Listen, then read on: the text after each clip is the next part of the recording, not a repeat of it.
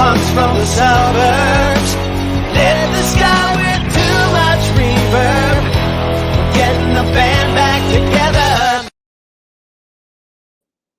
Hello, everybody. Welcome back. Happy Monday. It is Monday, right?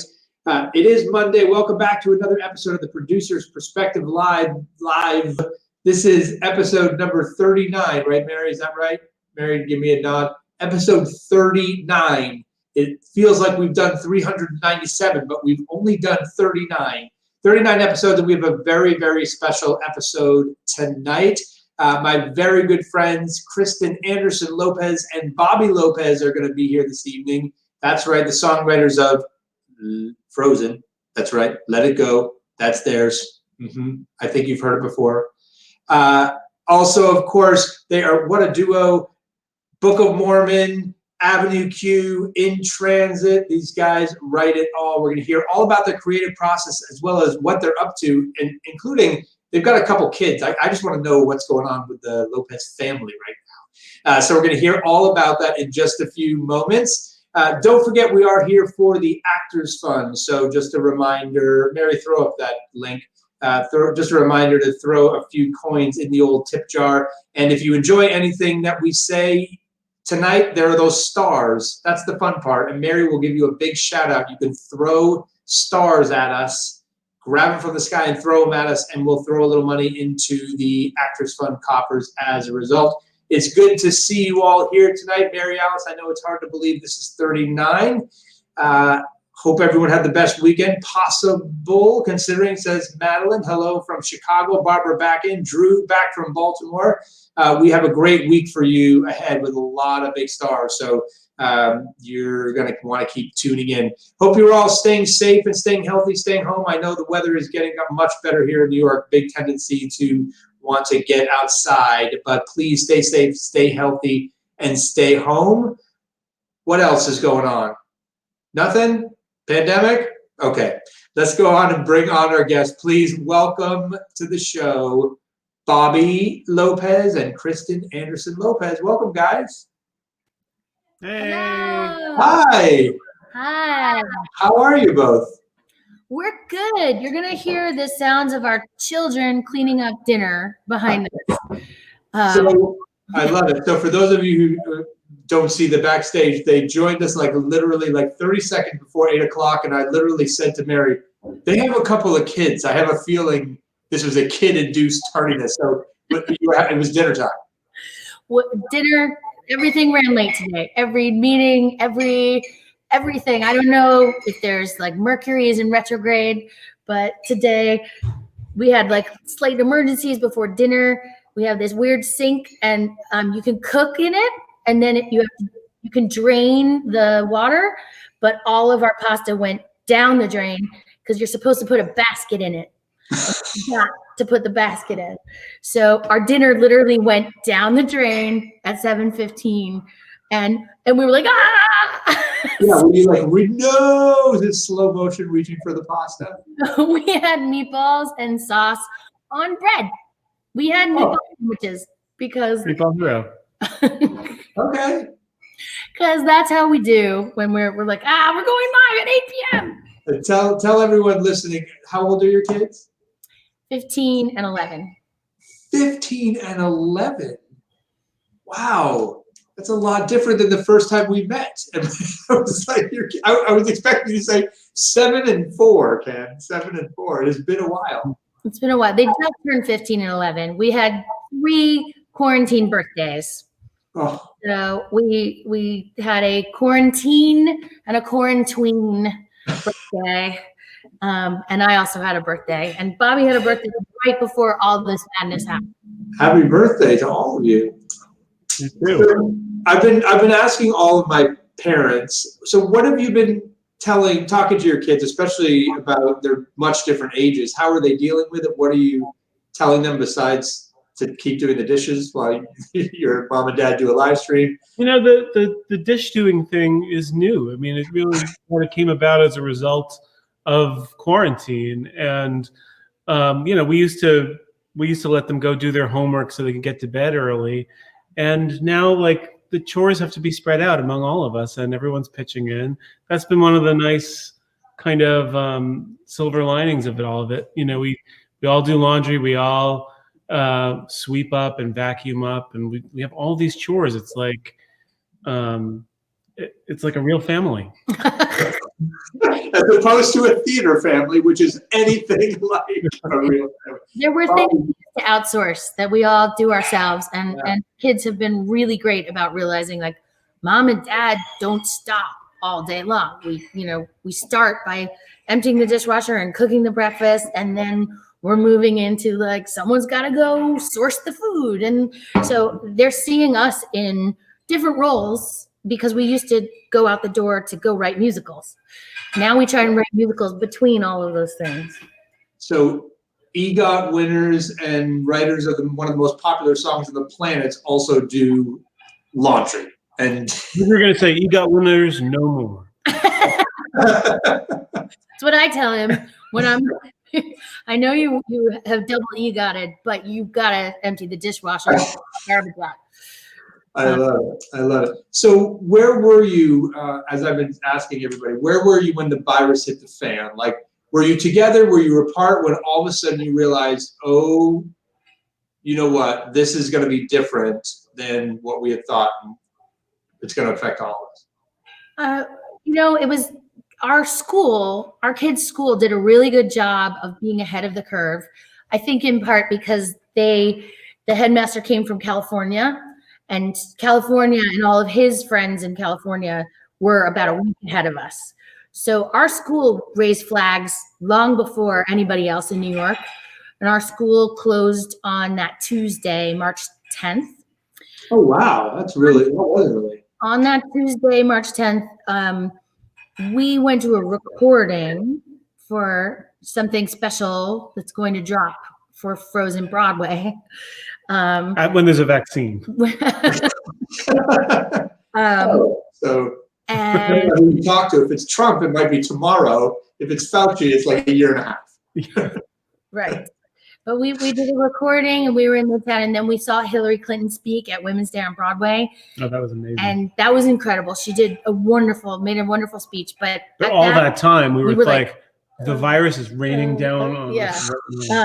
Both of us definitely, and we're trying to social distance inside the New Amsterdam Theater, and Broadway theaters. That's probably the best one for social distancing. It is. But I remember after that being like, we can't do that anymore. That's it. We're shutting this down. And from that moment on, we were really in a constant process of saying, like, oh, we can't go to the office with all of those employees anymore. Oh, we can't go to a restaurant. Like, that was where it started from March 10th on. So what have your days been like now? Already you've been saying you've been like squeezing musical writing in between all of it. So describe a typical day now in your household and how you're managing to get stuff done while this is going on. The writing, when it occurs, happens sort of more between, I guess the kids go to school at 9, and then they get a lunch break at 10:30, 10:30 to 12. So that time is, we're trying to schedule like training sessions during that time, exercise and stuff like that. So they can make their own lunch. But I don't know. We work when they're at school. And the afternoon from noon till 4:30, we're pretty covered. Our little one, who's not that little anymore, has like an hour that she has to kill. And we moved in the middle of all this. We moved to a place we had somehow had ESP to buy a month before this all went down. So we bought a country place in February, and we weren't supposed to move to it, but we did in the first week of April. So in all, we've also been getting used to this new place and finding out things like, oh, your dinner can go down the drain, like this magical cool thing that cooks your pasta in the sink also needs a basket. So I mean, I can't help but think that sounds like a scene from a Disney animated film right there. Someone like chasing their pasta through the pipe. He was Miyazaki, actually. And so you're in a brand new, is everything working in the house? Is like that if you moved into a brand new place, often there's a little bit of a. Well, we didn't do the renovations that we were hoping to do. That we were going to change this one very dangerous staircase, because we have young relatives that sometimes visit. But we didn't do that, and we actually had the prescience to buy a lot of the furniture of the people that lived here before us. So we have some furniture, and the other furniture is kind of trickling in, catch but no can. master bedroom. Our master bedroom looks like a Quaker church. It has like one bench. and so you go in, we do a lot of Zoom calls there with like a little desk, but everything echoes. We got a piano. Yeah, I was going to say, it looks like the most important piece of furniture did arrive. Turns out if you need a piano in a pandemic, they can deliver it within 24 to 36 hours. Because I know they're doing a lot of piano deliveries right now. Right, they're just sitting there waiting for people to call. So tell everyone a little bit about how you two write together in normal circumstances. Do you schedule certain times and then how if it has changed, how it's changed now? We in normal times we work during the day. We kind of have a 9 to 5, 10 to 6 work day, and we go to the office that we made for ourselves, where we have our associate and some assistants and stuff like that, and we did a lot of Zoom type conferencing with California back then. Yeah, so that part hasn't changed. We're used to this thing where you talk for hours on a camera, because that's how we've always collaborated for 9 years now with Disney animation. But there used to be those 2 long stretches of hours. You could be like, what does Anna want right now? No, but what does she really want? And you could spend lots of time, which is really a key part of writing a song, making sure you really are grounded in the emotional truth of your characters, and that emotional truth of your characters resonates with your own emotional truth, so that then you can pour your own experiences into the words and music. And once we have that a bead on that, then we can, there's many different ways we can start a song. Sometimes some of my favorite songs that we've ever written come from that discussion and maybe having a hook, and then Bobby goes to his piano and starts improvising and comes up, and I'm like, oh, I love that, because his music is just so wonderful and full of it just really stimulates my imagination. And then sometimes I'll just come right up and we'll start improvising together, and it's like a play date. It's like pretending when you were a kid, except this time there's a piano and a deadline. So do you improvise lyrics as well? Do you just start? Yeah, you're batting phrases around. You're kind of, sometimes you even sort of assume the characters and just kind of go back and forth. Lyrics, when rhymes occur, you write them down. You make sure to get everything down. Sometimes we use a whiteboard. It's kind of nice to have everything in front of you when you're collaborating on lyrics. But yeah, it is like a play date, like Kristen said. Yeah, that's a great, someone just said they love that idea. I've never heard of it described that way myself. Of course, you're married, so that may make it easier for you to have these play dates. But this is how you do it. Yeah, I mean, I think we're lucky when we're working with wonderful collaborators. It also feels like a play date. So I think the best writers' rooms feel like a play date, at least in part. And sometimes once you get past the, like, you're going to do this and you're going to do this and you can't be late and everyone needs to wear deodorant, then you get into like, oh, wouldn't it be so cool if our characters did this? And you start using their voices, and it's just like what you did as a kid. Taylor Penny asked a question just about what I was getting into there about you two, of course, being collaborators and a married couple. And I'm just curious about when you have those play dates, and if it's because you're married, if it's easier to be critical of someone and give someone notes, or it's harder. Is it harder to say, I don't love that, Bobby? Bobby, is it harder to say, Kristen? Or do you find it easier because you're just so familiar with each other? You know, there's moments where people get prickly and where there's extra sensitivity when you're vulnerable, when you're sharing. That often happens when there's a lot of work that someone does on their own. Like if I've spent the day without Kristen writing the whole song, just all the music, then I play it for her. I know she could say like, I don't like that, and the whole thing could be kind of canceled. But I wouldn't say it that way. I hate that. You also learn the language that can set your partner off. I think I learned, me saying like, I don't like that would not be good. But me saying like, oh, that's such a great start. I can't wait to like chime in and work together to find the words to this tomorrow. And what that says without saying it is, yes, this is a work in progress. Like this isn't done. And then there are those times that he comes up with a perfectly baked melody. And then I just say, give that to me.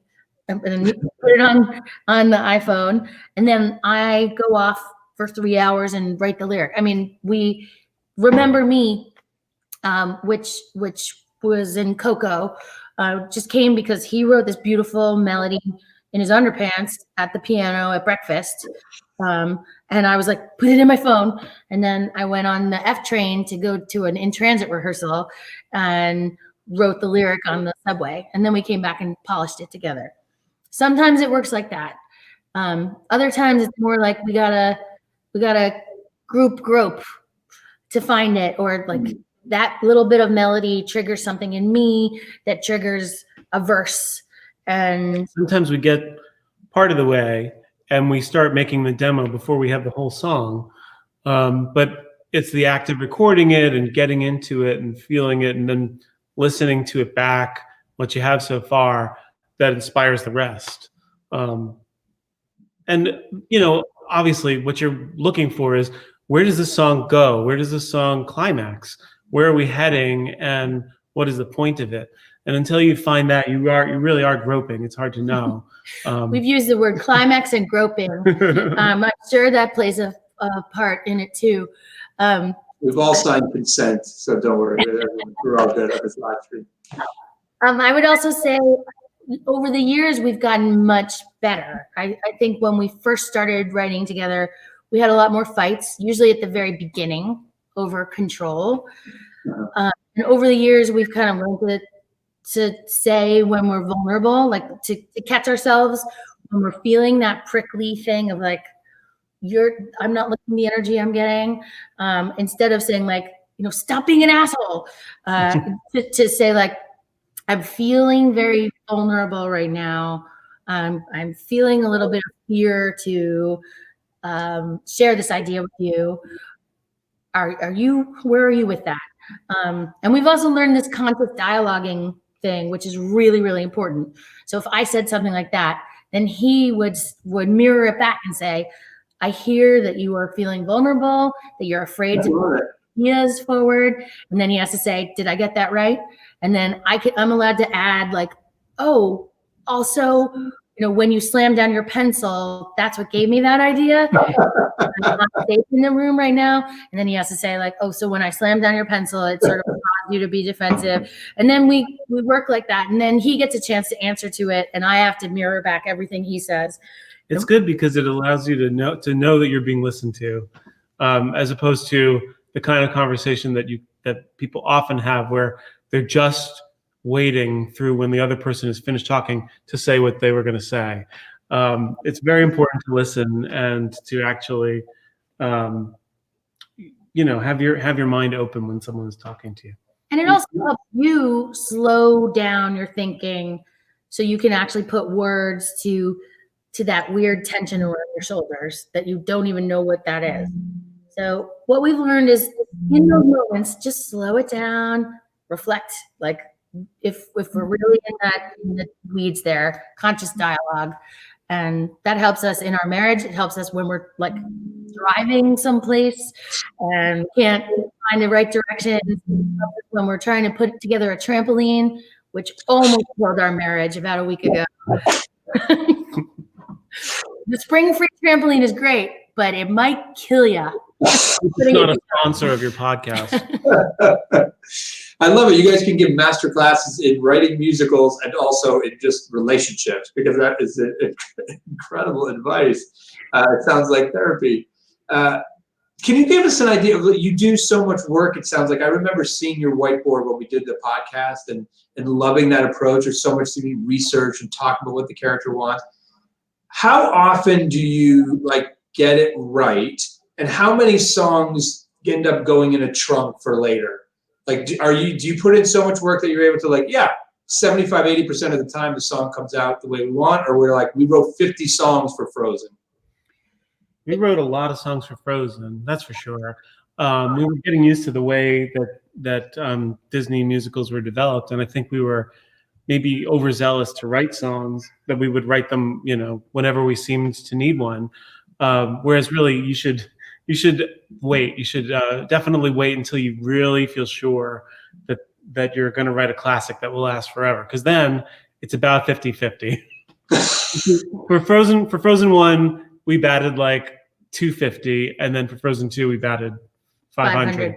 But they're better. Different for animated musicals versus theater, or at least certain, I would say versus theater, because in an animated musical, you are building the story in a series of screening cycles. So the first script that you're writing the songs for, you're writing maybe 3 or 4 songs for the first time that you do an iteration, and then they put it up with storyboards, and then everyone comes with a baseball bat and plans everything, and down to like who your character is, what your character wants, what the world is that you're working in, what it's about.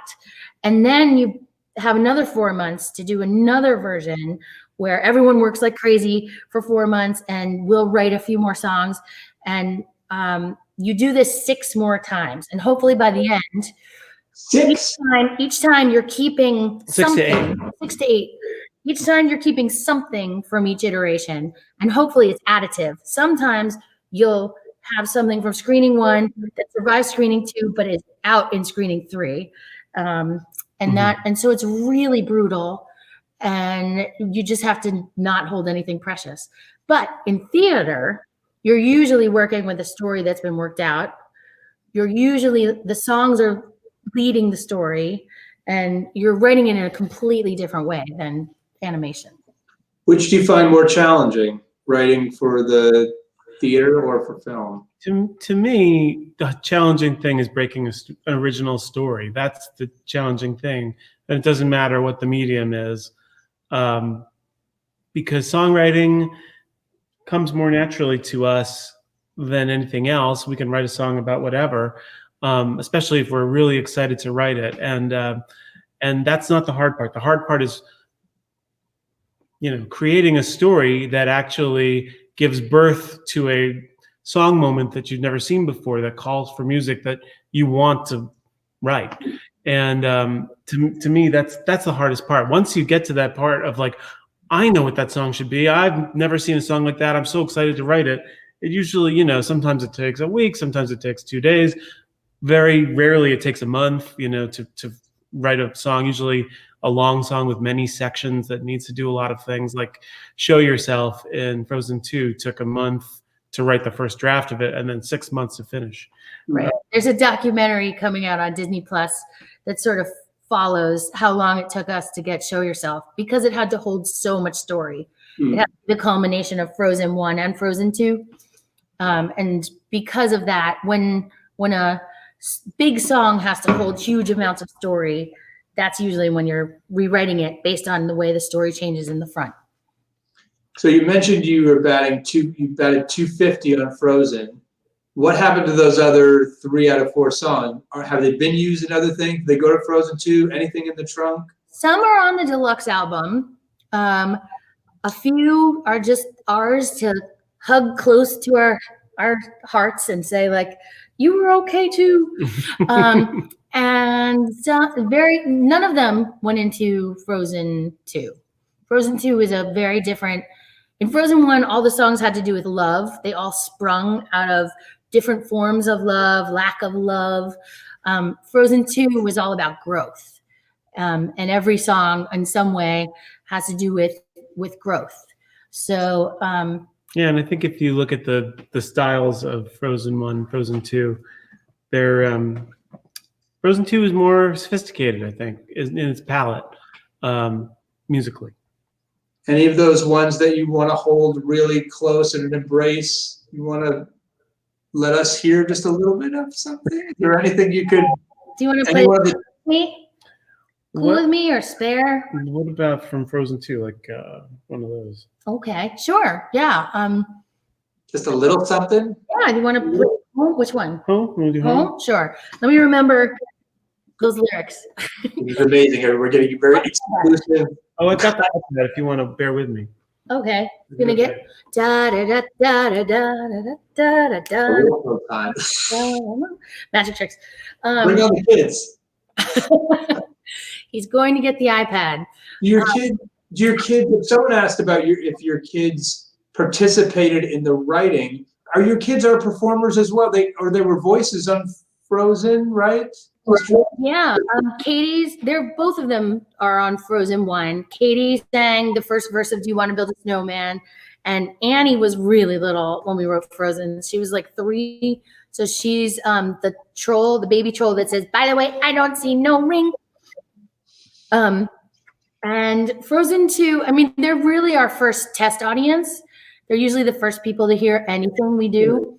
And if we have their attention, that tells us like, okay, we're on the right track. If they want to hear it again or again, then I'm like, ooh, that's going to work, I think. But now that they're teenagers, they really don't want to hear anything again.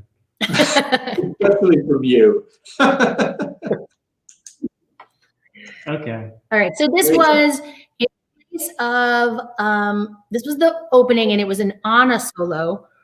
It got replaced with Some Things Never Change. But at first, we were spending a lot longer with each character in the beginning. And this was Anna walking through the town. It's kind of autumn, and she's feeling her feelings.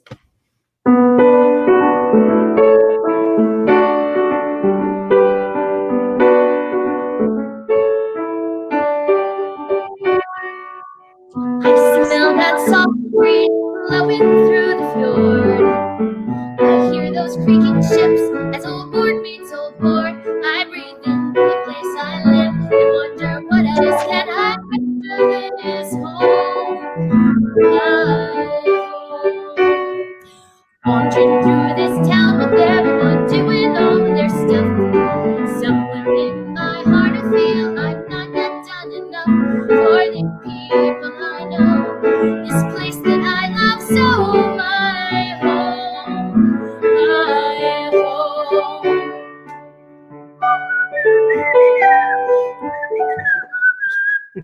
Uh-oh, I'm getting low battery sign. Amazing. Did we lose Amazing. you? No. I'm here. I was just Hello? I was just giving you the spotlight there and sitting back a little bit. That was awesome. Thank you.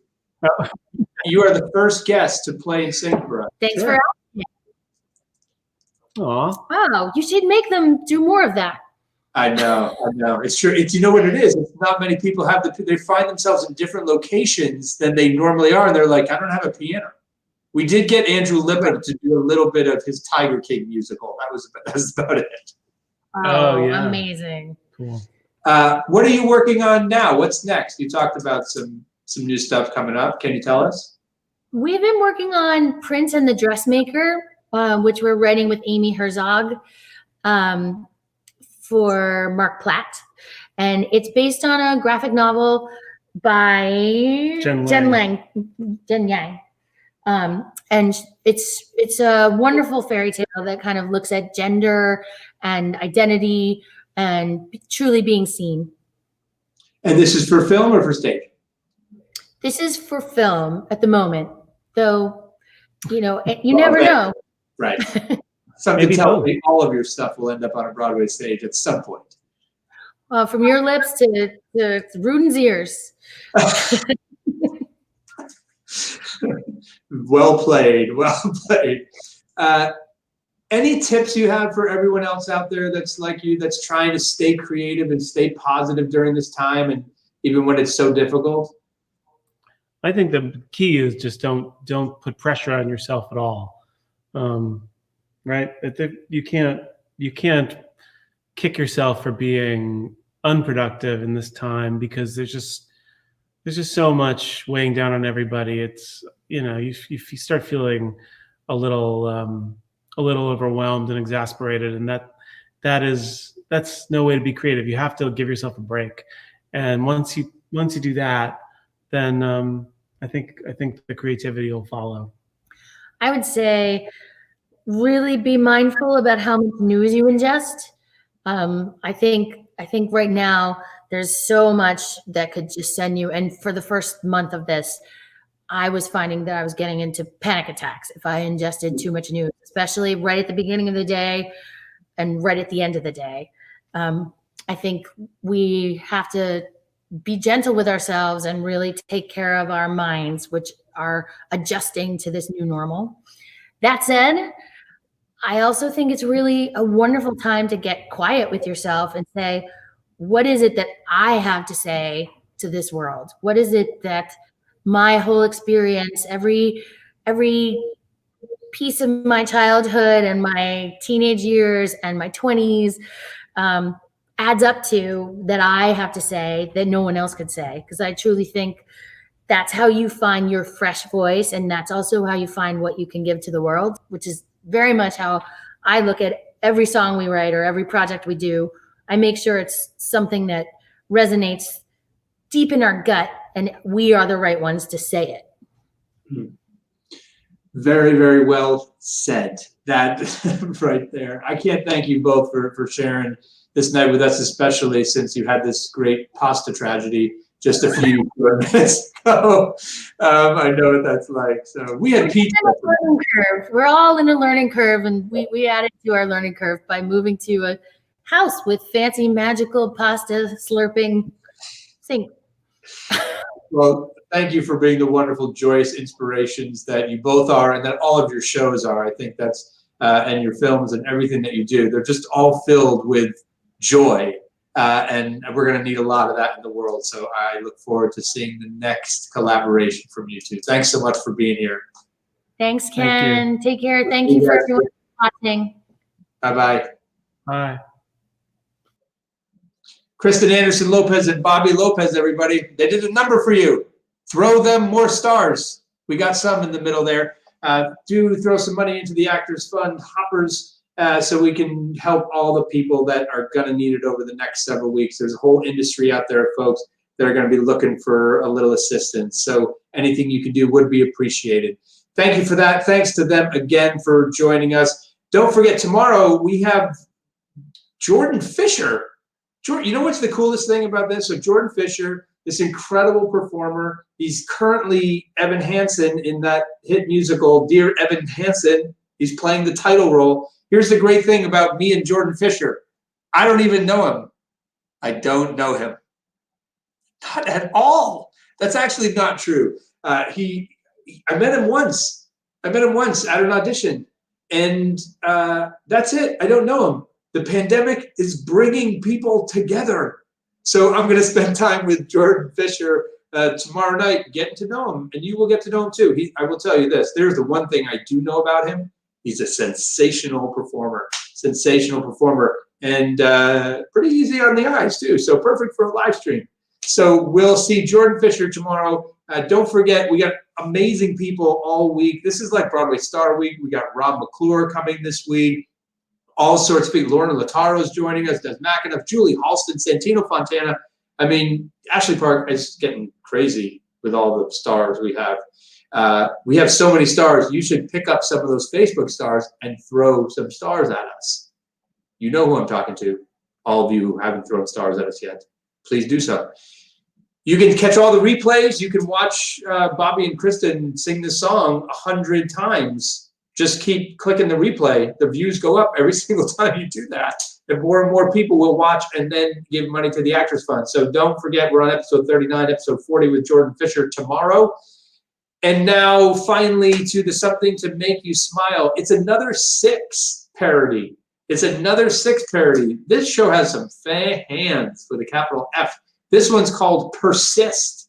It's about everything I think that Trump has mentioned that you could make fun of. So it's very, very long. It's a very long one. It's Clorox. It's everything's in there. So check this out at producersperspective.com/smile. Did you all enjoy tonight? Did you enjoy it? Do me a favor, click those hearts a little bit more. If you couldn't donate some cash tonight, throw some hearts in there, throw some thumbs up. The more people that do that will watch Jordan Fisher tomorrow. The more people that watch, the more money we raise, the more people we help out. Thanks so much for being here tonight. We will see you tomorrow with Jordan Fisher. Take care, everybody. Getting the band back together.